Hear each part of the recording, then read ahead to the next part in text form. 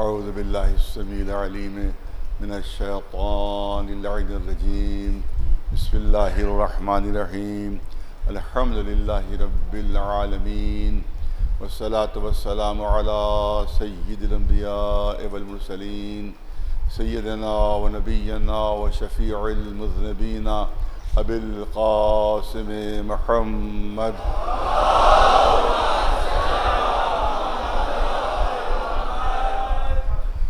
قال اللہ تبارک و تعالی فی کتابہ المبین وہو اصدق الصادقین ما آتاکم الرسول فخذوہ وما نہاکم عنہ فانتہوا واتقوا اللہ ان اللہ شدید العقاب صلوات بھیجے محمد۔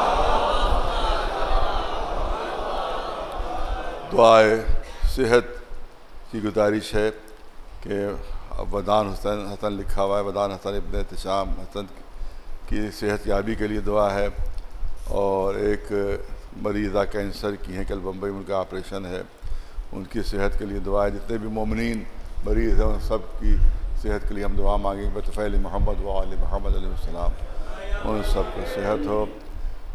اس کے بعد سورہ فاتحہ ہے۔ جمال آرا بنت حیدر علی صاحب اور حیدر علی خان صاحب ابن محمد کاظم علی خان صاحب اور جملہ مومنین مومنات، خصوصیت سے جو یہاں پر مدفون ہے علماء کرام و خطباء اعظام و مومنین کرام، ان سب کی روحوں کے سارے ثواب فرما دے۔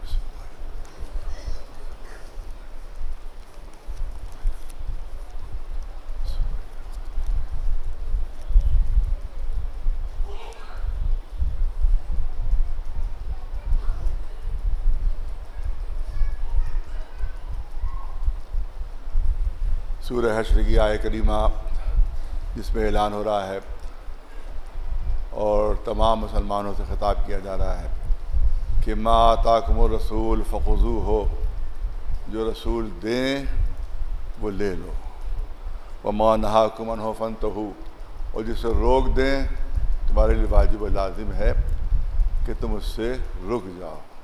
واتقوا اللہ، اور اللہ سے ڈرو۔ رسول اللہ کی اطاعت کے سلسلے میں اللہ سے ڈرو تم۔ وَإِنَّ اللَّهَ شَدِيدُ الْعِقَابِ، اور اللہ بہت شدید عقاب کرنے والا ہے۔ یعنی اگر تم نے رسول اللہ کی اطاعت نہیں کی، رسول اللہ کی پیروی نہیں کی، رسول اللہ کے نقش قدم پر نہیں چلے، اور اگر ان کی باتوں کو تسلیم نہیں کیا تو پھر شدید عقاب کا تم شکار ہوگے۔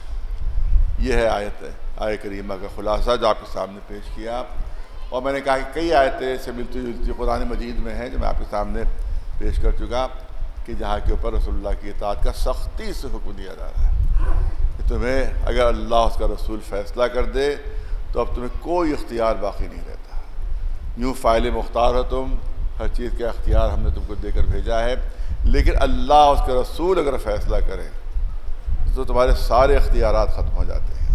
لہذا صاف اعلان ہو رہا ہے کہ جو دیں وہ لے لو، اور جس سے روک دیں اس سے تم رک جاؤ۔ اسی لیے دعوت ذوالشیرہ میں اعلان ہو رہا ہے کہ دیکھو ہم تمہارے لیے دنیا اور آخرت کی بھلائی لے کر آئے ہیں، دنیا اور آخرت کی خیر لے کر آئے ہیں، لہذا تم یہ بھلائی اور خیر مجھ سے قبول کرو تم۔ اور کون ہے جو اس امر میں میری مدد کرے گا؟ کون ہے جو میری مدد، کون ہے جو میرا مددگار بنے گا؟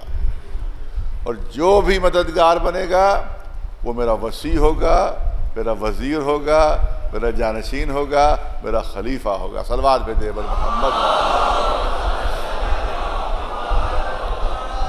ایک بات بہت زور سے، بیچ بیچ میں جو ہلکے ہلکے پہلو آتے جاتے ہیں میں وہ بیان کرتا رہتا ہوں تاکہ باتیں جو ہیں وہ بچوں جوانوں تک پہنچتی رہیں۔ ایک بات کہی جاتی ہے کہ جب کہہ دیا ایاک نعبد و ایاک نستعین، ہم تیری ہی عبادت کرتے ہیں اور تجھی سے مدد چاہتے ہیں، تو اب اللہ کے علاوہ کسی سے مدد ہم نہیں مانگ سکتے، کیونکہ ہم بار بار یہی دہراتے ہیں، بار بار یہی کہتے رہتے ہیں کہ ایاک نعبد و ایاک نستعین، تیری ہی عبادت اور تجھی سے مدد۔ جب ہم بار بار نماز میں اقرار کرتے ہیں اور 10 بار اقرار کرتے ہیں تو اب رسول سے بھی مدد نہیں مانگ سکتے، اب مولا علی سے بھی مدد نہیں مانگ سکتے، اب کسی امام سے بھی مدد نہیں مانگ سکتے، اب کسی بھی اللہ کے ولی سے مدد نہیں مانگ سکتے، کیونکہ یہ ہمارے عہد کے خلاف ہو جائے گا۔ جو ہم نماز میں مسلسل عہد کرتے رہتے ہیں، ایاک نعبد و ایاک نستعین، ہم تیری ہی عبادت کرتے ہیں اور تجھی سے مدد چاہتے ہیں، تجھی سے مدد چاہتے ہیں، تجھی سے مدد چاہتے ہیں، تو اب رسول اللہ کو اگر مدد کے لیے پکارو گے تو اس عہد کے خلاف ہو جائے گا۔ اگر مولا علی کو مدد کے لیے پکارو گے تو اس عہد کے خلاف ہو جائے گا۔ لہذا سوائے اللہ کے کسی کو مدد کے لیے نہیں بلایا جا سکتا۔ اب میں پوچھنا چاہتا ہوں کہ سورہ نازل کب ہوا تھا؟ یہ سورہ کب نازل ہوا تھا؟ سب سے پہلا سورہ جو شروع کی آیتیں نازل ہوئی ہیں سورہ اقرا کی ہوئی ہیں۔ تمام مسلمان اس کو مانتے ہیں کہ غار حرا میں اقرأ بسم ربک الذی خلق خلق الانسان من علق اقرأ وربک الاکرم الذی علم بالقلم علم الانسان ما لم یعلم، سب سے پہلی آیتیں نازل ہوئی ہیں، سورہ اقرا نازل ہوا۔ اس کے بعد تھوڑا سا اختلاف ہے مفسرین میں کہ اس کے بعد پھر سورہ الحم نازل ہوا۔ سورہ اقرا کے بعد سورہ الحم نازل ہوا۔ بعد یہ لوگ کہتے ہیں کہ نہیں، سورہ مدثر نازل ہوا، اس کے بعد سورہ الحم نازل ہوا، یعنی دعوت ذوالعشیرہ سے پہلے سورہ الحم نازل ہو چکا تھا۔ میں بھرپور توجہ چاہوں گا، دعوت ذوالعشیرہ سے پہلے سورہ الحمد نازل ہو چکا تھا، اور رسول اللہ تلاوت فرماتے رہتے تھے، ایاک نعبد و ایاک نستعین، ایاک نعبد و ایاک نستعین۔ تو جب رسول اللہ بار بار تلاوت کر رہے ہیں کہ پالنے والے ہم تیری ہی عبادت کرتے ہیں اور تجھ ہی سے مدد چاہتے ہیں، اور دعوت ذوالعشیرہ میں فرما رہے ہیں کون ہے جو میری مدد کرے، کون ہے جو میرا مددگار بنے، کون ہے جو میری مدد کرے۔ اس کا مطلب یہ ہے کہ رسول اللہ سے مدد مانگنا یا مولا علی سے مدد مانگنا در حقیقت یہ اللہ سے مدد مانگنا ہوتا ہے، کیونکہ ان کو جو مدد کی قوت عطا کی ہے وہ اللہ ہی نے عطا کی ہے۔ ایک صلوات بھیجے والا دعوات محمد۔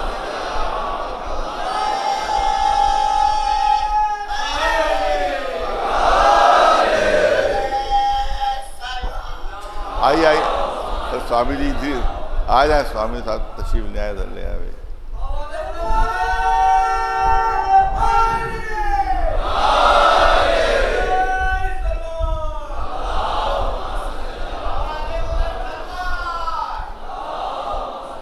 مسلمانوں کی سب سے معتبر تاریخ، سب سے قدیم تاریخ ہے تاریخ طبری۔ اس کا ٹرانسلیشن انگلش میں بھی ہو چکا ہے، پرشین میں ہو چکا ہے، پتہ نہیں مجھے نہیں معلوم کہ اردو میں ہوا کہ نہیں ہوا ہے، لیکن پرشین میں اس کا ٹرانسلیشن، انگلش میں اس کا ٹرانسلیشن ہو چکا ہے۔ جو لوگ انگلش سے پرشین جانتے ہیں اس کو دیکھ بھی سکتے ہیں کہ تاریخ طبری میں، اور اس کے علاوہ بھی اور جو تاریخیں ہیں، اس کے علاوہ بھی جو تاریخیں معتبر ترین اہل سنت حضرات کی لکھی ہوئی تاریخ ہے، ان میں پوری تفصیل سے دعوت ذوالعشیرہ کا تذکرہ ہے، اور اس میں رسول اللہ کے اس اعلان کا بھی تذکرہ ہے۔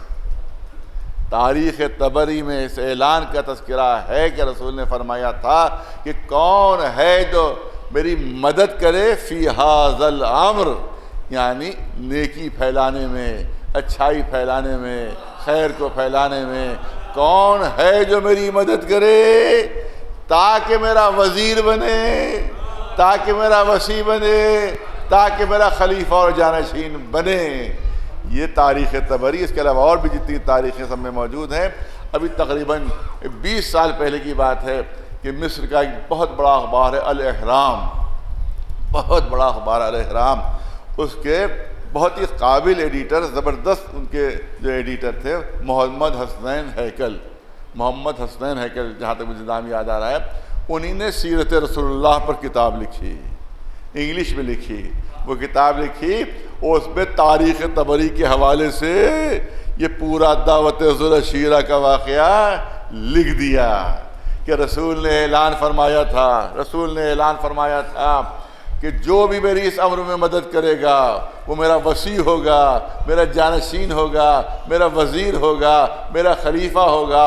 اس کے بعد کہتے ہیں کہ علی نے اٹھ کر اعلان کیا تھا کہ اشہد ان لا الہ الا اللہ واشہد ان محمد رسول اللہ، میں گواہی دیتا ہوں کہ آپ اللہ کے رسول ہیں، میں گواہی دیتا ہوں کہ اللہ وحدہ لا شریک ہے، اور میں آپ کی اس امر میں مدد کروں گا، میں آپ کی اس امر میں مدد کروں گا۔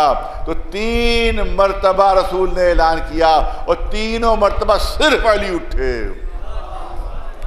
تینوں مرتبہ صرف علی اٹھے۔ اور اس کے بعد حسنین ہیکل تاریخ طبری کے حوالے سے لکھتے ہیں کہ پھر رسول اللہ نے علی کے شانوں پر ہاتھ رکھ کر کہا تھا، سن لو، یہ ہے میرا وزیر، یہ ہے میرا جانشین، یہ ہے میرا خلیفہ۔ ایک صلوات بھیجے بلند آواز سے۔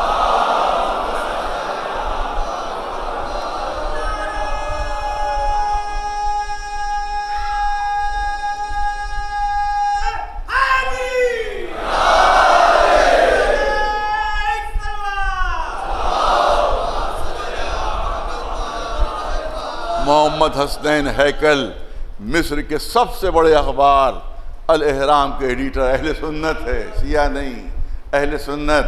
وہ اپنی سیرت کی کتاب میں تحریر فرما رہے ہیں کہ علی نے وعدہ کیا کہ میں نصرت کروں گا آپ کی، رسول نے سند دی کہ یہی میرا جانشین ہے، یہی میرا وصی ہے، یہی میرا وزیر ہے، یہی میرا خلیفہ ہے، سند دی۔ کب چھپ گئی کتاب چھپی اور عالم اسلام میں تہلکہ مچا، عالم اسلام میں تہلکہ مچ گیا۔ ارے یہ کیا آپ نے لکھ دیا؟ اس سے تو ہمارا مسئلہ ختم ہوا جا رہا ہے، اس سے تو ہمارا مذہب ختم ہوا جا رہا ہے، اس سے تو ہماری بنیاد ہی ختم ہوئی جا رہی ہے، لہذا یہ واپس لیجئے۔ انہوں نے کہا بھائی طبری میں لکھا ہے۔ تو ان مولویوں نے کہا اسی لیے تو ہم نے تاریخ پڑھنے سے منع کیا ہے۔ ایک سلمان میں دے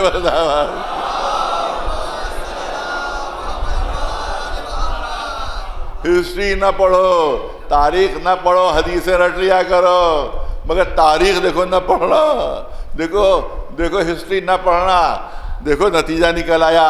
لہذا سب نے بائیکاٹ کیا اس کا۔ آخر میں جو دوسرا ایڈیشن چھپا اس میں آگے تھا ڈیش ڈیش ڈیش ڈیش، جتنا اعلان تھا سب ختم، جتنا اعلان تھا سب ختم۔ اس کا مطلب یہ ہے کہ ان کا اصل مذہب جو ہے وہ ڈیش ڈیش ڈیش ہے۔ ایک صلوات بلند آواز سے۔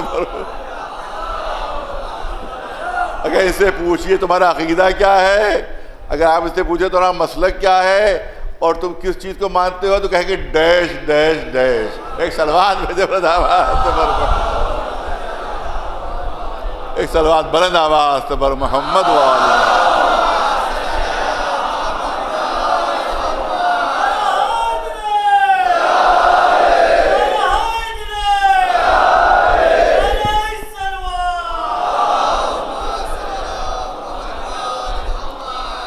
اور کوئی پہلو رسول نے چھوڑا نہیں ہے۔ یہ بلاغت رسالت ہے، یہ بلاغت رسالت ہے کہ کوئی پہلو نہیں چھوڑا۔ وہ میرا وزیر ہوگا، میرا وصی ہوگا اور میرا خلیفہ ہوگا۔ وزیر وہ ہوتا ہے جو زندگی میں ہاتھ بٹائے، توجہ رہے۔ وزیر وہ ہوتا ہے جو مرنے کے بعد وزیر نہیں ہوتا ہے، وزیر زندگی میں ہوتا ہے۔ وزیر وہ ہوتا ہے کہ جو زندگی میں کام میں ہاتھ بٹا رہا ہو، جو زندگی ہی میں کام میں برابر کا شریک ہو، اس کو کہتے ہیں وزیر۔ اور وصی اس کو کہتے ہیں کہ جس کو اپنی زندگی ہی میں اپنا جانشین بنا دیا جائے۔ وصیت سے بنا ہے۔ آپ توجہ رکھیں کہ وصی کا جو لفظ ہے وہ لفظ وصیت سے بنا ہے۔ وصیت مرنے کے بعد نہیں ہوتی۔ ارے سمجھ رہے ہیں ہمارے بچے؟ نہیں سمجھ رہے کہ وصیت مرنے کے بعد تھوڑی ہوتی ہے کہ مرنے کے بعد کوئی قبر سے وصیت کر رہا ہو، کوئی قبر سے وصیت کر رہا ہو، بلکہ وصیت جو ہوتی ہے زندگی میں ہوتی ہے۔ تو وصی وہ ہوتا ہے کہ جس کو انسان زندگی میں اپنا جانشین بنا دے، اور خلیفہ وہ ہوتا ہے جو دنیا سے گزرنے کے بعد اس کی جگہ پر بیٹھے۔ تو کوئی پہلو رسول نے چھوڑا نہیں ہے کہ زندگی میں بھی علی میرے ساتھ ہے، میں ان کو اپنا وصی بھی بنا رہا ہوں، اور میری دنیا سے رخصت ہونے کے بعد میری جگہ پر اگر کوئی بیٹھے گا تو سوائے علی کی اور کوئی نہیں ہو سکتا۔ ایک صلوات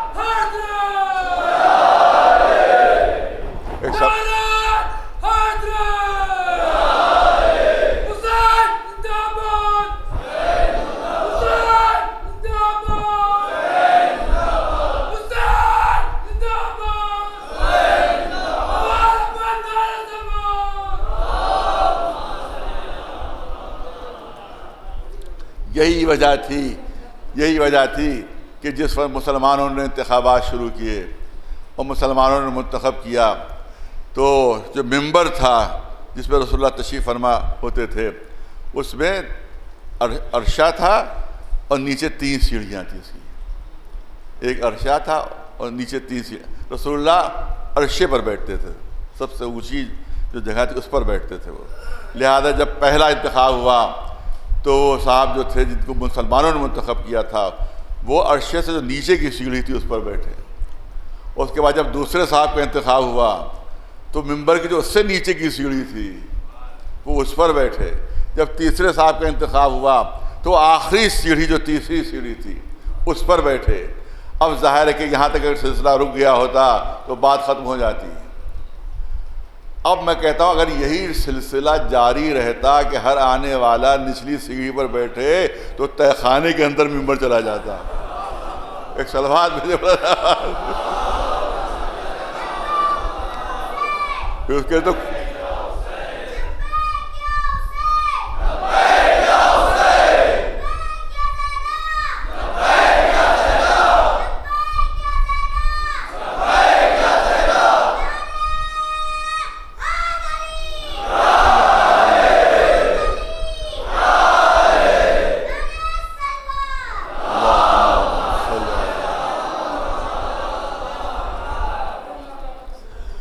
اس کے بعد اب جب مسلمانوں نے یوں تو مولا ظاہر ہے کہ میدان غدیر ہی میں ان کی خلافت و امامت کا اعلان ہو چکا تھا, لہذا ان کو انتخاب کی کوئی ضرورت ہی نہیں تھی.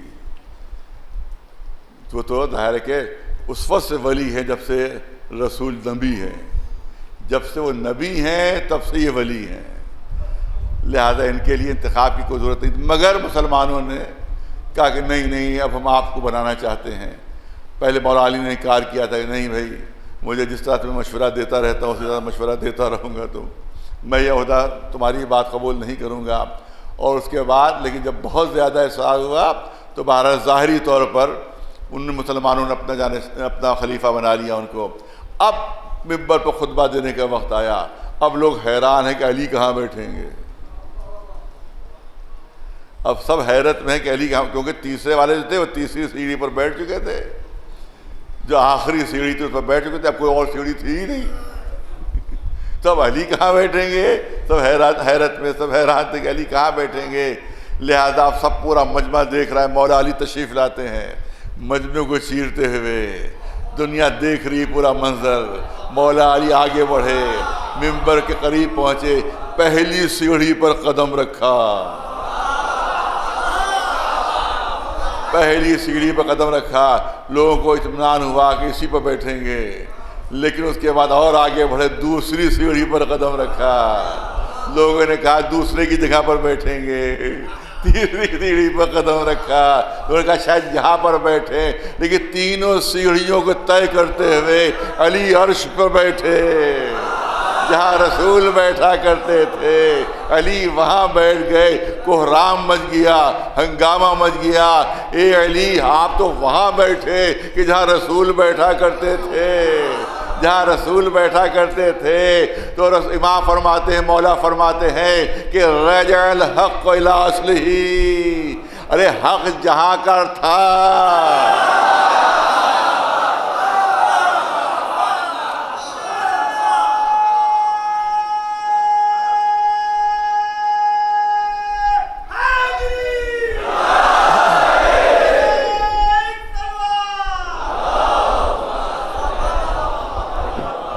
جہاں کا حق تھا, جہاں پر کا حق تھا وہ حق وہاں واپس ہو گیا. ارے تم مجھ سے کہہ رہے ہو کہ میں یہاں کیوں بیٹھ گیا, تو سن لو کہ اس جگہ پر بیٹھنے کا حق صرف اس کو حاصل ہے کہ جو وہی کہتا ہو جو رسول کہتے تھے, وہی کرتا ہو جو رسول کرتے تھے. ایک سلوات بھیجے بلند آواز.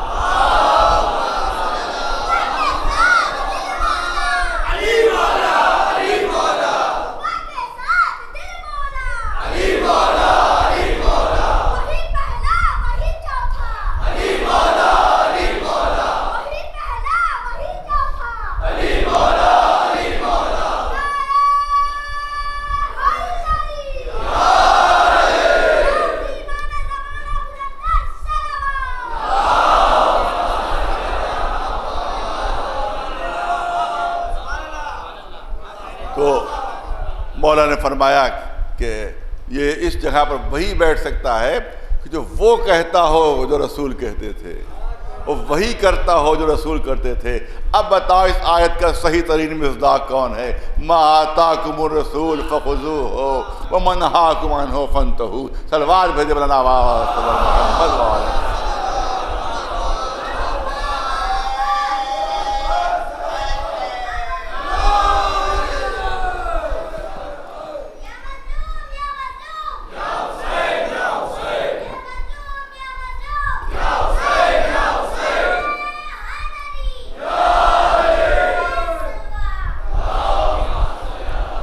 اب میں بھرپور توجہ چاہوں گا، اب جو جملے مجھے عرض کرنا ہے اس کے پوری بھرپور توجہ چاہوں گا، اور جہاں جہاں آواز میری جا رہی ہے ٹی وی کے ذریعے سے میں ان سب کی توجہ چاہتا ہوں۔ پوری تاریخیں اٹھا کر دیکھ ڈالیے، چیلنج کے ساتھ بات ہو رہی ہے، چیلنج کے ساتھ بات ہو رہی، تمام تاریخیں اٹھا کر دیکھ ڈالیے رسول نے کیا خطبہ دیا دعوت ذوالعشیرہ میں۔ یہی جملے تھے کہ میں تمہارے لیے دنیا اور آخرت کی بھلائی لے کر آیا ہوں، میں تمہارے لیے دنیا اور آخرت کی خیر لے کر آیا ہوں، کون ہے جو اس امر میں میری مدد کرے؟ نہیں کہا لا الہ الا اللہ، نہیں کہا محمد رسول اللہ، ارے توجہ رہے توجہ، نہیں کہا لا الہ الا اللہ، نہیں کہا محمد رسول اللہ، اس کے علاوہ اور کوئی جملے نہیں ہیں۔ تمام تاریخوں میں دیکھ ڈالیے کہ میں تمہارے لیے دنیا اور آخرت کی خیر لے کر آیا ہوں، تمہارے لیے دنیا اور آخرت کی بھلائی لے کر آیا ہوں۔ اس کے بعد مولا علی اٹھے تھے، انہی نے کہا تھا اشہد ان لا الہ الا اللہ واشہد ان محمد رسول اللہ، میں گواہی دیتا ہوں کہ اللہ وحدہ لا شریک ہے، میں گواہی دیتا ہوں کہ آپ اللہ کے رسول ہیں۔ اس کا مطلب ہے آج مسلمان وہ کلمہ، بہت توجہ ہے، آج مسلمان وہ کلمہ پڑھتا ہے کہ جو علی نے اس دعوت ذوالعشیرہ میں پڑھا تھا۔ توجہ رہے، آج مسلمان وہ کلمہ پڑھتا ہے جو علی نے دعوت ذوالعشیرہ میں پڑھا تھا، لیکن اس کلمے کو مکمل کس نے کیا؟ اس کو مکمل کیا گیا میدان غدیر میں، میدان غدیر میں رسول نے اس کلمے کو مکمل کیا، اللہ مولایا، ہم نے کہا لا الہ الا اللہ، انا مولاکم، ہم نے کہا محمد رسول اللہ، من کنت مولا ہو فہذا علی مولا، ہم نے کہا علی ولی اللہ۔ تم دعوت ذوالعشیرہ والا پڑھ رہے ہو، ہم میدان غدیر والا کلمہ پڑھتے ہیں۔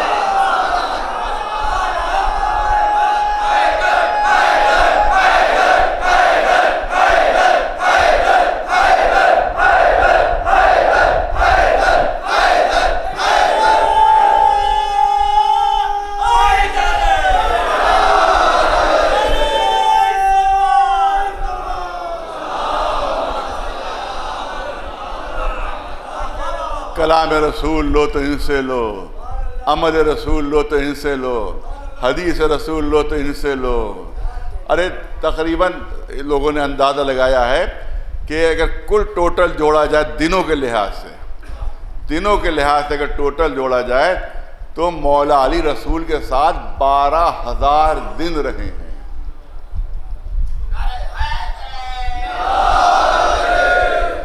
12,000 دن رہے ہیں، تو اگر ایک حدیث بھی روز لے لو علی سے، ایک حدیث بھی روز علی سے لے لو تو علی سے 12,000 حدیثیں ہو جائیں گی، اور کئی صحیح بخاریاں بن جائیں گی صرف مولا علی کی حدیثوں سے، صرف مولا علی کی حدیثوں سے۔ مگر کیسا ظلم ہے، کیسا ستم ہے کہ جب بھی مولوی حدیث پڑھتا ہے تو قال ابو ہریرہ تو کہا جاتا ہے، قال عبداللہ ابن عمر تو کہا جاتا ہے، قال فلاں تو کہا جاتا ہے، قال فلاں تو کہا جاتا ہے، قال زید ابن ثابت تو کہا جاتا ہے، سب کے نام لیے جاتے ہیں، مگر تمہاری زبان پر کبھی نہیں آیا کہ قال علی، تمہاری زبان پر کہیں بھی نہیں آیا کہ قال حسن، تمہاری زبان پر کبھی نہیں آیا کہ قال حسین۔ اگر دین لینا ہے تو انہی وارثان دین سے لو، اگر قرآن لینا ہے تو انہی وارثان کتاب سے لینا ہوگا۔ ایک صلوات بھیجے بلند آواز محمد والی۔ نہیں دلیل دینا ہے، دلیل دینا ہے، بغیر دلیل کے بات نہیں ہوگی۔ آپ دیکھیں کہ جتنے آئے ہیں ان سب نے کسی نہ کسی سے کچھ نہ کچھ سیکھا ہے، لیکن صرف محمد و آل محمد علیہ السلام ہیں کہ جنہوں نے کسی سے کچھ دنیا میں سیکھا نہیں ہے، بلکہ ہر علم کا عطیہ پروردگار ہے، ہر علم کا اللہ کی طرف سے ہے، ہر علم ان کا بارگاہ الہی سے ہے۔ اسی لیے ان میں سے کسی کو بھی ہم قرآن کا حافظ نہیں کہتے۔ اہل بیت اگرچہ حافظ تھے مگر ان کو قرآن کا حافظ ہم نہیں کہتے، بلکہ ہم کہتے ہیں یہ قرآن کے وارث ہیں۔ ارے توجہ ہے، ہم ان کو تھے حافظ تھے ابتدا ہی سے، بسم اللہ کی بے سے لے کر یاسین کی یہ تک، سب سین تک ایک ایک آیت کو معلوم حفظ تھا، ان کو ایک ایک آیت حفظ تھی، ایک ایک لفظ حفظ تھا، ایک ایک حرف حفظ تھا، لیکن اس کے بعد بھی ہم ان کے لیے لفظ حافظ استعمال نہیں کرتے ہیں۔ بہت توجہ رہے، لفظ حافظ استعمال نہیں کرتے بلکہ وارث استعمال کرتے ہیں۔ حافظ اور وارث میں کیا فرق ہے یہ میں بتانا چاہتا ہوں۔ حافظ جو ہوتا ہے ادھر سے 2 آیتیں لے لیں، ادھر سے 3 آیتیں سیکھ لیں، ان سے کچھ قرآن لے لیا، کچھ ان سے قرآن لے لیا، تو حافظ جو لیتا ہے تو دوسروں سے مانگ کر لیتا ہے، لیکن جو وارث ہوتا ہے وہ لے کر آتا ہے۔ توجہ رہے، جو وارث ہوتا ہے وہ لے کر آتا ہے۔ اسی لیے پیدا ہوتے ہی علی نے پورا قرآن آغوش رسول میں سنا دیا، دنیا کو یہ بتانے کے لیے کہ ہم حافظ بننے نہیں آئے ہیں، ہم وارث بن کر آئے ہیں۔ ایک صلوات بھیجے بلند آواز سے بر محمد والے۔ اگرچہ قرآن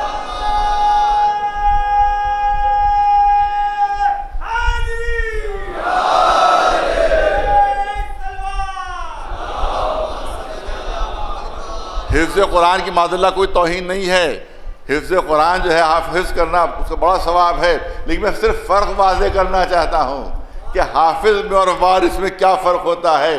حافظ دنیا میں سیکھتا ہے، دنیا میں یاد کرتا ہے، مگر یہ جو وارثان قرآن ہیں وہ آسمان سے علم قرآن لے کر آتے ہیں۔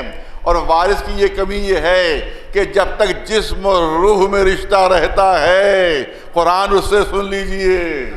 ارے توجہ رہے، جب تک جسم اور روح کا رشتہ رہتا ہے اس سے قرآن آپ سن لیجئے، لیکن اگر جسم اور روح کا رشتہ ٹوٹا تو اربوں روپے خرچ کر دیجئے، ایک حرف بھی قرآن کا اس کی زبان پر نہیں آ سکتا، کیونکہ نہ لے کر آیا ہے نہ لے کر جا رہا ہے۔ ارے توجہ چاہوں گا، نہ لے کر آیا ہے علم قرآن، نہ لے کر جا رہا ہے، کیونکہ ہمیشہ مانگے کی چیز واپس کرنا ہوتی ہے، جو چیز ادھار لی جاتی ہے وہ لوٹانا ہوتی ہے۔ لہذا جب دنیا سے رخصت ہو رہا ہے تو اب سینہ علم قرآن سے خالی ہو گیا، لہذا اب اس کی زبان پر قرآن کی ایک آیت بھی نہیں ہو سکتی، لیکن وارث قرآن وہ ہے کہ جسم اور روح میں بظاہر رشتہ ٹوٹا ہوا ہے، مگر پھر بھی نیزے کی نوک کے اوپر سر قرآن کی تلاوت کر کے بتا رہا ہے کہ یہ ہے وارث قرآن مجید۔ ایک صلوات بھیجے بلند آواز سے بر محمد۔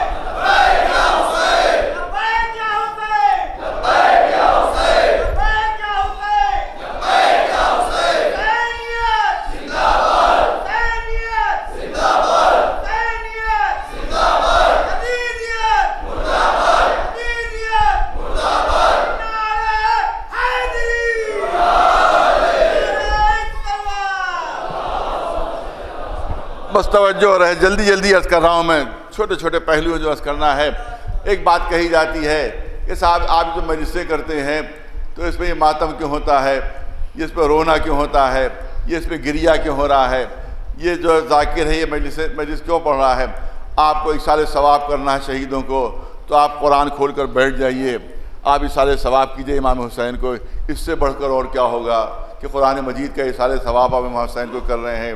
لہذا قرآن کی محفل جمنا چاہیے، مجلس پہ پوری قرآن کی تلاوت ہو۔ اب یہ رونا کیا چیز ہے اور ماتم کیا چیز ہے اور یہ گریہ کیا چیز ہے اور ذکر امام حسین کیا چیز ہے، سب سے بہتر تو یہ ہے کہ آپ اِیصال ثواب کیجئے۔ قرآن مجید آپ ہر مجلس میں ایک ایک پارہ جو ہے جو شریک ہو لوگ ان کو ایک پارہ دیجئے، کہیے کہ اس کو پڑھو اور امام حسین کو اِیصال ثواب کر دو۔ ظاہر ہے کون انکار کر سکتا ہے اس سے؟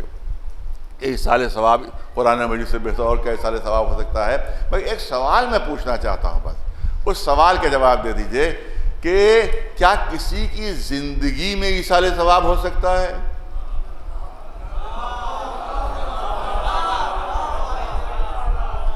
میں نے کسی صاحب کو قرآن دیا، پورا قرآن پڑھ کے مجھے ایصال ثواب کر دیجئے، اور ان کا صاحب تو زندہ ہے۔ بہت توجہ رہے، بہت توجہ رہے۔ ارے آپ تو زندہ ہے، جب مریے گا تب پڑھیں گے، جب دنیا سے رخصت ہو جائے گا تب پڑھیں گے۔ تو ایصال ثواب کی جو مجلس ہوتی ہے اس میں قرآن مجید کی تلاوت ہوتی ہے، کس کے لیے؟ جو مرحوم ہو گیا، جو مر گیا، جو خود سے، ارے بہت توجہ، جو خود سے قرآن پڑھ سکتا ہو اس کے لیے قرآن کا ایصال ثواب نہیں ہوتا۔ ارے توجہ چاہوں گا، جو خود سے قرآن کی تلاوت کر سکتا ہو پھر اس کے لیے ایصال ثواب نہیں ہوتا۔ لاکھ ایصال ثواب کرو اس تک پہنچے گا نہیں پہنچے گا۔ کیوں؟ کیونکہ وہ خود پڑھنے کے لائق ہے، وہ خود پڑھ سکتا ہے، لہذا اب اس کی طرف سے کوئی دوسرا نہیں پڑھ سکتا، کیونکہ اسلام میں اس کی اجازت نہیں کہ کسی زندہ کے لیے ایصال ثواب میں قرآن پڑھو۔ ہمیشہ مردوں کے لیے قرآن پڑھا جاتا ہے، زندوں کے لیے قرآن نہیں پڑھا جاتا۔ ارے جو نیزے کی نوک کے اوپر قرآن کی تلاوت کر رہا وہ زندہ ہے۔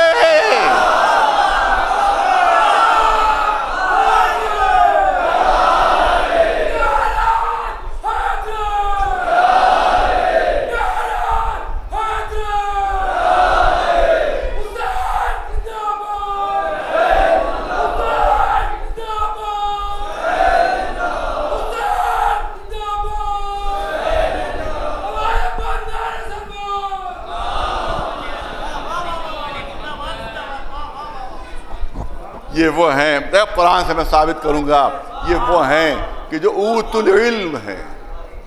قرآن میں کئی مقام پر لفظ اوت العلم استعمال کیا گیا ہے، جن کو ہم نے علم دیا ہے، جن کو ہماری طرف سے علم دیا گیا ہے، ان کو کہا گیا اوت العلم فی صدور الذین۔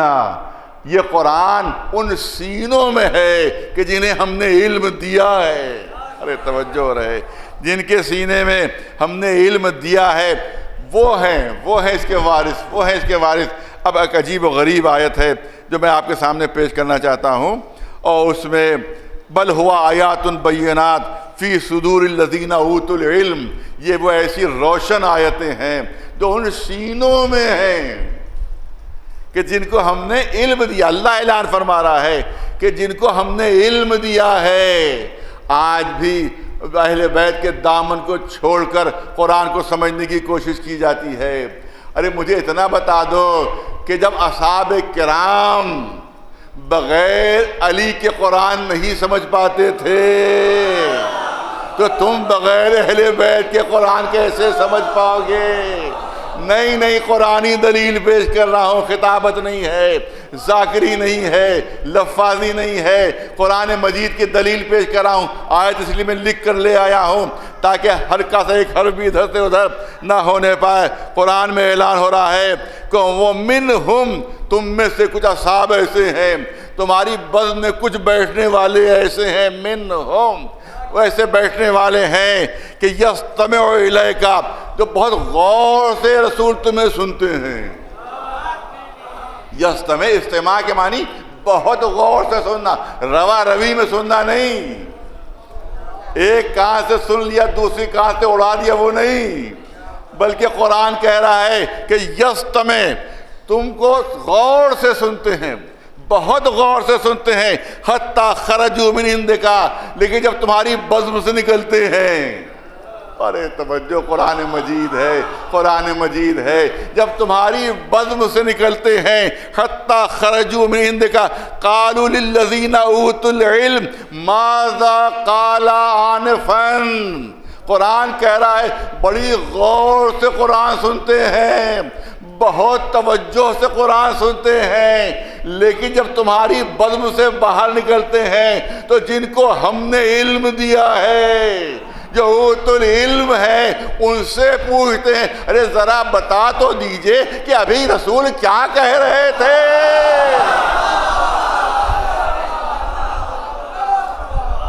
ارے قرآن مجید کی آیت پیش کر رہا ہوں آپ کے سامنے. قرآن کی آیت ہے. یہ کس کے لیے کہا جا رہا ہے؟ اصحاب کرام کے لیے کہا جا رہا ہے. بزم رسول میں بیٹھنے والوں کے لیے قرآن مجید کہہ رہا ہے کہ بزم رسول میں بیٹھ کر بہت غور سے سنتے تھے, بہت توجہ سے سنتے تھے, لیکن جب آپ کی بزم سے باہر نکلتے تھے تو جن کو ہم نے علم دیا ہے ان سے پوچھتے تھے کہ ذرا بتا تو دیجئے کہ رسول ابھی کیا کہہ رہے تھے. تو جب بغیر علی کے اصحاب کے قرآن سمجھ میں نہیں آ رہا ہے تو تمہاری سمجھ میں بغیر اہل بیت کے کیسے آ جائے گا؟ ایک صلوات بلند آواز صبر محمد والے.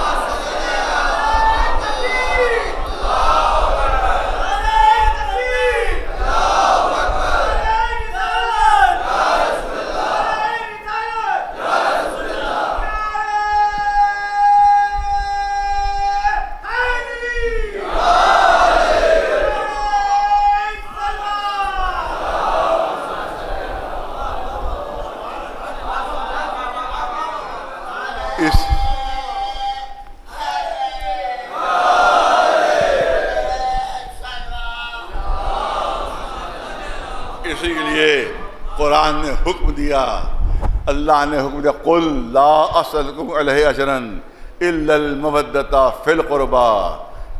اے رسول کہہ دیجئے کہ اجر رسالت صرف اور صرف مودت اہل بیت ہے.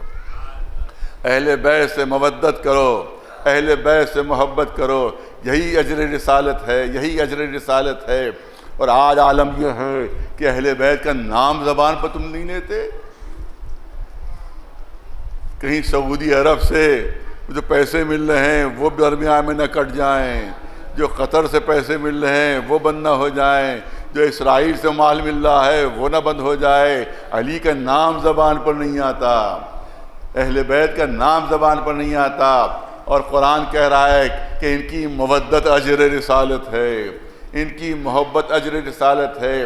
بس بہت ظاہر ہے کہ بہت تفصیلی موضوع ہے, میں ہلکا سا صرف اشارہ کروں گا کیونکہ وقت میں دامن میں گنجائش نہیں ہے.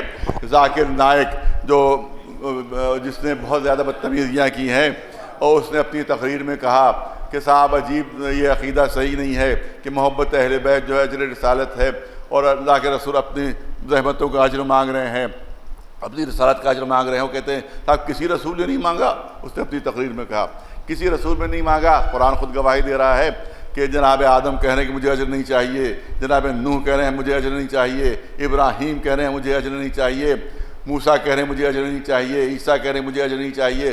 اور ایک یہ کہہ رہا ہے کہ اجری علی اللہ, اجری علی اللہ, ہمارا اجر جو ہے وہ اللہ کے اوپر ہے, ہمارا اجر اللہ کے اوپر ہے. تو کیسے ممکن ہے کہ کوئی نبی اجر نہ مانگے اور آخری رسول کہیں لاؤ اجر دے دو, لاؤ صلہ دے دو, لاؤ صلہ دے دو. تو میں کہوں گا ہاں یا باقیاً کسی نبی نے اجر نہیں مانگا. اور عجیب جملہ ہے, اور خود رسول نے بھی اجر نہیں مانگا.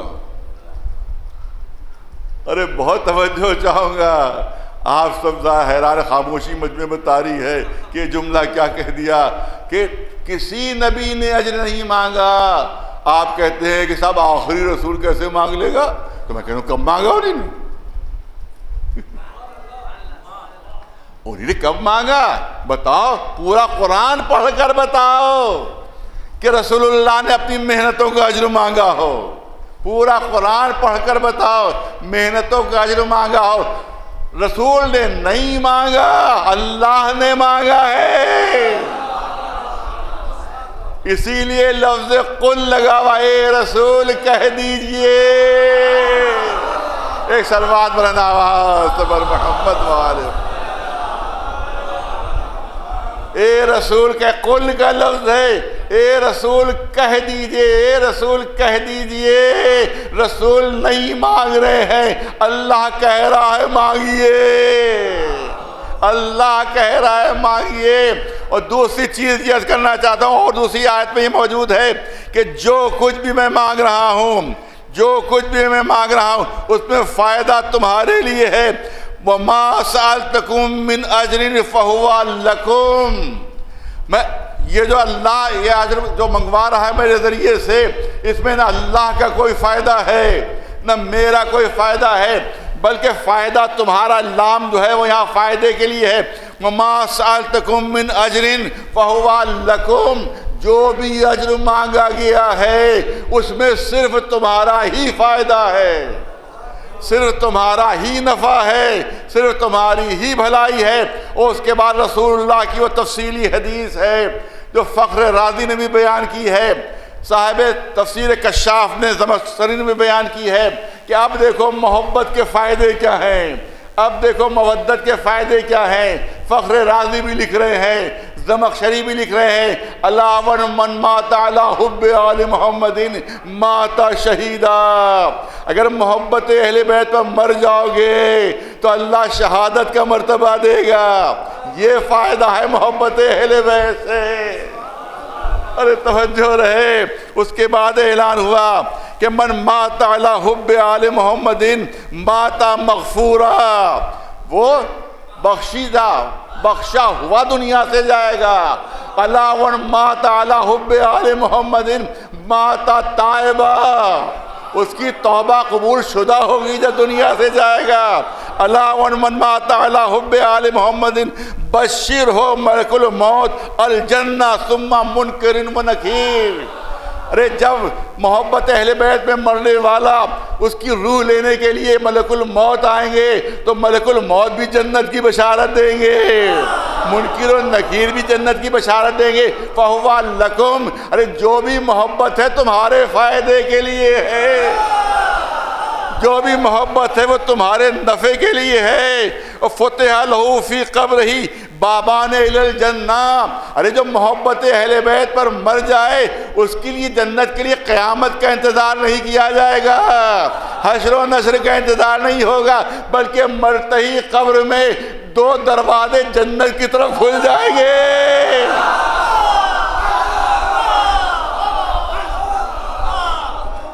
من مات علی حب آل محمد فتح لہ فی قبرہ بابان الی الجنہ. فخر الدین رازی لکھ رہے ہیں، صاحب تفسیر کشاف لکھ رہے ہیں کہ اس کے لیے قبر میں 2 دروازے جنت کی طرف کھل جائیں گے. ارے قیامت کا انتظار نہیں، حساب و کتاب کا انتظار نہیں، حشر و نشر کا انتظار نہیں، قبر ہی میں اس کو جنت مل جائے گی. علاوہ من مات علی حب آل محمد جعل اللہ قبرہ مزار ملائکۃ الرحمن. عجیب جملے ہیں، عجیب جملے. جو محبت اہل بیت پر مر جائے اللہ اس کی قبر کو ملائکہ کی زیارت گاہ بنا دیتا ہے. اللہ اس کی قبر کو ملائکہ کی زیارت گاہ بنا دیتا ہے. ملک آسمان سے اس کی قبر کی زیارت کے لیے آتے ہیں. میں نے خود سعودی عرب میں کیسٹ سنے جو سرکار کی طرف سے جاتے ہیں، نشر ہوتے ہیں.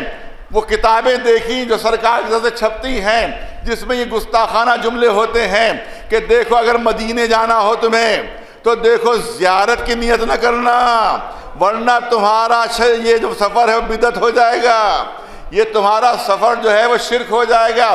قبر کی زیارت کی نیت سے نہ جانا کہ رسول اللہ کی قبر کی زیارت کے لیے میں سفر کر رہا ہوں، ورنہ سفر تمہارا بدعت ہو جائے گا، سفر تمہارا شرک ہو جائے گا. ہاں مدینے جاؤ، سیر سپاٹے کی نیت کر سکتے ہو، گھومنے گھامنے کی نیت کر سکتے ہو، سیاحت کی نیت کر سکتے ہو، اس میں کوئی حرج نہیں ہے. لیکن قبر رسول کی زیارت کی اگر نیت کر لی تم نے تو شرک ہو جائے گا، بدعت ہو جائے گی. یہاں فخر الدین رازی لکھ رہے ہیں، زمخشری لکھ رہے ہیں کہ آسمان سے ملک اترتے ہیں ایک محب حسین کی قبر کی زیارت کے لیے. تو آسمان سے زمین تک جو سفر ہوتا ہے یہ بدعت ہے، یہ شرک ہے کہ اللہ کی اجازت کے بغیر ہوتا ہے. کوئی بھی ملک اللہ کے حکم کے بغیر کوئی کام نہیں کرتا. تو یہ سفر ہو رہا ہے تو اللہ کی مرضی سے ہو رہا ہے. تو اس کا مطلب ہے کہ ملک بھی شرک کر رہا ہے اور اللہ بھی شرک کی دعوت دے رہا ہے. تو جب ایک مومن کے قبر کی زیارت کرنا حکم الہی سے ہو رہی ہے تو رسول کی قبر کی زیارت بدعت کیسے ہو جائے گی؟ ائمہ معصومین کی قبر کی زیارت کیسے بدعت؟ ایک صلوات بلند آواز پر محمد و آل محمد.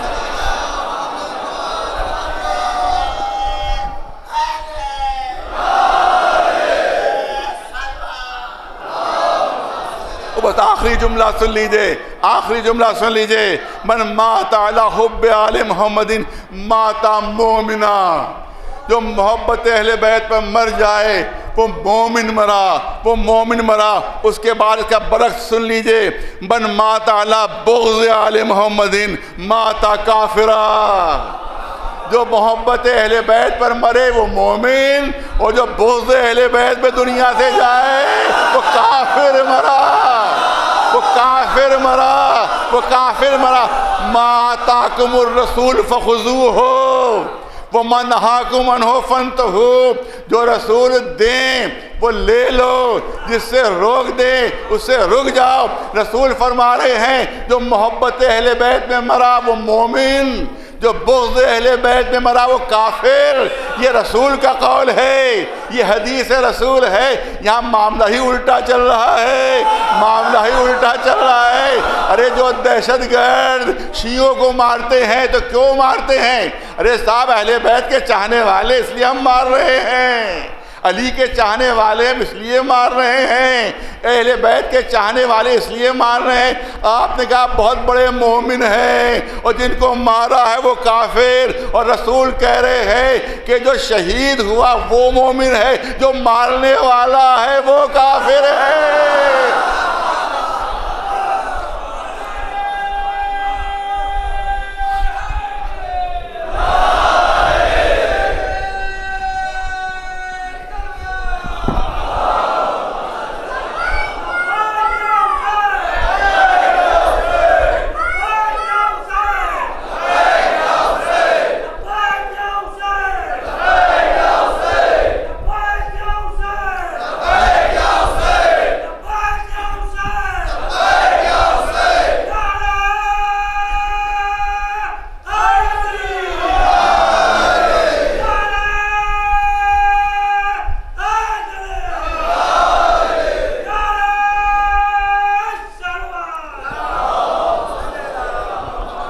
یہی تم نے رسول کو مانا، یہی تم نے رسول کو مانا ہے، یہی رسول کی اطاعت کی ہے. ہاں اگر کربلا کا واقعہ نہ ہوا ہوتا تو آج یہ دشمنیاں نہ ہوتی، یہ عزاداری کی مخالفت نہ ہوتی.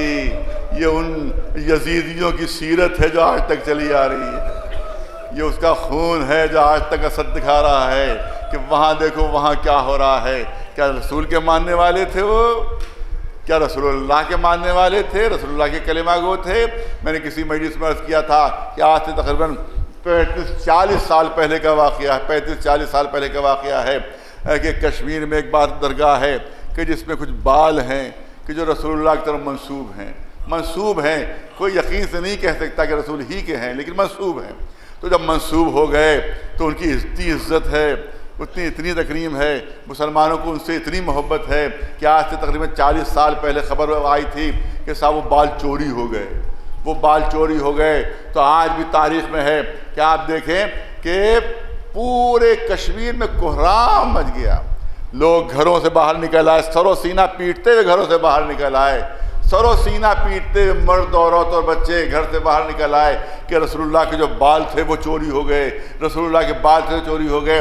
جبکہ کسی کو باہر میں 100% نہیں کہا جا سکتا، جو میں کہہ رہا ہوں 100% نہیں کہا جا سکتا، لیکن پھر بھی کیونکہ منسوب ہو گئے ہیں، کیونکہ نسبت ہو گئی ہے، لہذا مسلمانوں کو اتنی محبت ہو گئی ہے. تو جب بال اگر منسوب ہو جائیں تو مسلمان جان دینے کے لیے ان کے لیے آمادہ ہو جاتا ہے. تو کربلا کے میدان میں تو بہو تصویر رسول موجود. جس کے لیے حسین فرما رہے ہیں کہ پالنے والے تیری بارگاہ میں وہ ہدیہ پیش کر رہا ہوں جو صورت میں، سیرت میں، رفتار اور گفتار میں تیرے رسول کی ہو بہو شبیہ ہے۔ اگر رسول کے کلمہ گو ہوتے، اگر رسول کے ماننے والے ہوتے تو جب علی اکبر میدان میں آئے ہیں تو سب لشکر، پورے لشکر والوں کو علی اکبر کے قدموں پر سر رکھ دینا چاہیے تھا کہ یہ تو تصویر رسول ہے، ہو بہو تصویر رسول ہے۔ لیکن روایت کیا کہہ رہی ہے کہ قطعوہ اربن اربا، ارے تلواروں سے علی اکبر کو ٹکڑے ٹکڑے کر دیا۔ ارے یہی رسول کے ماننے والے ہیں، یہی رسول سے محبت کرنے والے ہیں کہ تصویر رسول کو ٹکڑے ٹکڑے کر رہے ہیں۔ علی اکبر ہاتھ جوڑے ہوئے، بابا مرنے کی اجازت دیجئے، بابا مرنے کی اجازت دیجئے۔ کیسے اجازت دوں، تم تو میرے نانا کی شبیہ ہو۔ علی اکبر نے قدموں پر سر رکھا، بابا مرنے کی اجازت دیجئے۔ حسین نے اجازت تو دے دی، مگر حمید ابن مسلم کہتا ہے کہ پورے واقعہ کربلا میں نے حسین کے چہرے پر ایسی مایوسی نہیں دیکھی جو اس وقت دیکھی کہ جب علی اکبر کو اجازت دی ہے۔ اب تفصیلی بساط کی گنجائش نہیں ہے۔ جناب علی اکبر گھوڑے پر سوار ہوئے، گھوڑے کو ہیر دی، چاہتے ہیں جلد سے جلد دشمنوں پر حملہ کریں کہ ایک آنکھ پیچھے کسی کے گرنے کی آواز کہ جیسے کوئی دوڑتے دوڑتے گر پڑا ہو۔ اب جو پلٹ کر دیکھا بوڑھا باپ دوڑتے دوڑتے گر پڑا ہے۔ علی اکبر نے گھوڑا روکا، گھوڑے سے اترے۔ بابا آپ تو مرنے کی اجازت دے چکے ہیں، آپ کا یہ کیا عالم ہو رہا ہے؟ اے بیٹا اگر تم بھی صاحب اولاد ہوتے تو تمہیں اندازہ ہوتا کہ ایک بوڑھے باپ پر ایک جوان فرزند کا کیا اثر ہوتا ہے۔ میدان جنگ میں علی اکبر گئے، 17 حملے کیے جناب علی اکبر نے، 17 حملے کیے جناب علی اکبر نے۔ واپس آ کر کہتے تھے اے بابا آپ دیکھ رہے ہیں میں کیسی جنگ کر رہا ہوں، کیسی لڑائی لڑ رہا ہوں۔ کہ ہاں علی اکبر تم نے دکھا دیا کہ بنی ہاشم کے جوان کس طرح سے جنگ کرتے ہیں۔ علی اکبر نے پھر ایک عجیب بات کہی کہ بابا جب بھی میں بڑھ بڑھ کر حملے کرتا ہوں پہلو سے کسی کی آواز آتی ہے کہ ہاں علی اکبر ہاں، ایسی ہی جنگ کی جاتی ہے۔ بابا یہ کس کی آواز ہے؟ امام نے فرمایا ارے میرے بابا علی کوفے سے آ کر تمہاری جنگ کا نظارہ دیکھ رہے ہیں۔ جب آخری حملہ کرنا تھا تو اب علی اکبر پھر آتے ہیں۔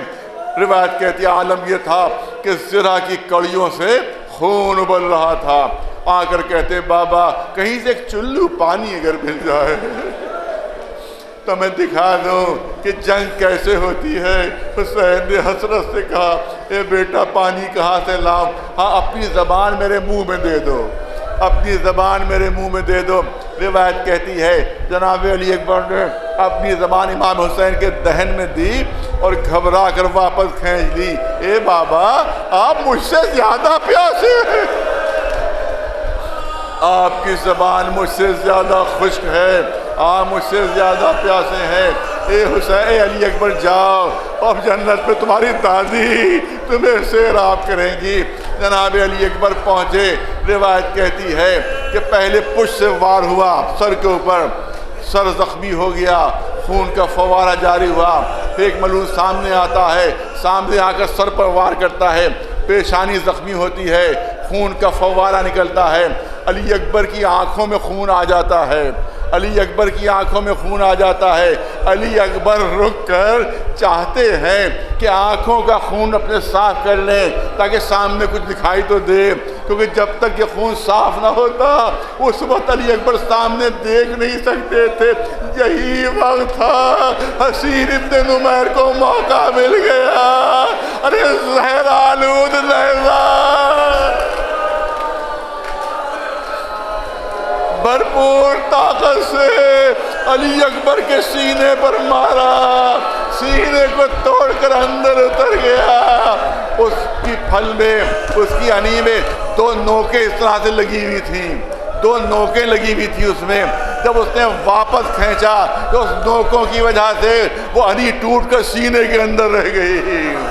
علی اکبر نے گھوڑے کی گلے میں باہیں ڈال دی، علی اکبر نے گھوڑے کے گلے میں باہیں ڈال دی۔ گھوڑے نے چاہ کسی طرح سے دشمنوں سے علی اکبر کو باہر نکال لے جائے، مگر چاروں طرف سے دشمنوں نے گھیر رکھا تھا۔ کوئی تلوار مار رہا تھا، کوئی نیزہ مار رہا تھا، کوئی پتھر مار رہا تھا۔ علی اکبر کا جسم ٹکڑے ٹکڑے ہوا، زمین پر گرتے آواز دی، اے بابا علی اکبر کا سلام آخر قبول کیجیے۔ حسین لڑکھڑاتے قدموں سے گرے۔ میں نہیں کہہ رہا ہوں، صاحب ریاض الخود تحریر کرتے ہیں، صاحب ریاض الخود تحریر کرتے ہیں کہ علی اکبر تک پہنچتے پہنچتے حسین 70 مرتبہ گرے تھے اور 70 مرتبہ اٹھے، لیکن جب علی اکبر پر نگاہ پڑی تو اب جو حسین گرے ہیں تو اٹھا نہیں گیا تھا، بلکہ جس طرح سے بچے گھٹریوں کے بل چلتے اس طرح سے چلتے ہوئے علی اکبر تک پہنچے، زمین پر بیٹھے، علی اکبر کا سر اپنے زانو پر رکھا۔ اے علی اکبر کیا تکلیف ہے، اے علی اکبر کیا اذیت ہے، بس 2-3 جملے، کیا اذیت ہے، کیا تکلیف ہے۔ بابا کوئی اذیت نہیں ہے، بابا کوئی تکلیف نہیں ہے۔ ارے تب پھر تڑپ کیوں رہے ہو، اتنا بے چین کیوں ہو؟ کیا باپ کے سر پر بھروسہ نہیں ہے؟ جب حسین نے اصرار کیا تو علی اکبر بتانے پر مجبور ہوئے، بابا اصرار ہے تو سنیے کہ جب قاتل نے سینے پر برچھی ماری ہے تو ٹوٹ کر اندر اتر گئی ہے۔ اے بابا بڑی اذیت ہو رہی ہے، بڑی تکلیف ہو رہی ہے، اگر یہ آپ نکال سکتے ہو تو نکال لیجیے۔ میں پڑھ چکا ہوں مگر فرمائش ہے اس لیے پھر سے پڑھ رہا ہوں۔ حسین نے آستینیں پلٹی، برچھی کی علی کی طرف ہاتھ بڑھایا۔ روایت کہتی ہے یہ منظر ایسا تھا جو تاریخ انسانیت میں آج تک کسی نے دیکھا نہیں تھا کہ ایک بوڑھا مرد جوان فرزند کے سینے سے ٹوٹی برچھی کی علی نکال رہا ہو۔ جنات آ گئے، کسی جنات نے منظر نہیں دیکھا تھا، سارے ملک آ گئے، کسی ملک نے منظر نہیں دیکھا تھا، سارے نبی آ گئے، کسی نبی نے منظر نہیں دیکھا تھا، سارے رسول آ گئے کیونکہ کسی رسول نے منظر نہیں دیکھا تھا۔ روایت کہتی ہے کہ بابا علی آ گئے، نانا رسول اللہ آ گئے، یہ کہہ کے آواز آتی ہے سب کے سب اپنی نگاہیں جھکا لو، اب ماں کی سواری کربلا میں پہنچنے والی ہے۔ حسین نے برچھی کی علی پر ہاتھ رکھا، پہلو سے علی بولے اے بیٹا گھبرانا نہیں، میں تمہارے پہلو میں موجود ہوں، ذرا میرے خون کا اثر دکھا دینا۔ رسول کی آواز آئی اے میرے لال میں بھی پہلو میں موجود ہوں، ذرا میرے لعاب دہن کی تاثیر دکھا دینا۔ ماں کی آواز آتی ہے اے میرے لوتے دل تمہاری ماں بھی پہلو میں موجود ہے، ذرا میرے دودھ کی تاثیر دکھا دینا۔ یا علی کہہ کر حسین نے برچھی کی علی نکال تو لی، مگر عزادارو غضب ہو گیا، برچھی کے ساتھ ساتھ علی اکبر کا کلیجہ بھی باہر آ گیا۔ علی اکبر نے دم توڑا، حسین نے نوحہ پڑھا الگ دنیا بعد خلفا، اے علی اکبر تمہارے بعد زندگانی دنیا پر خاک۔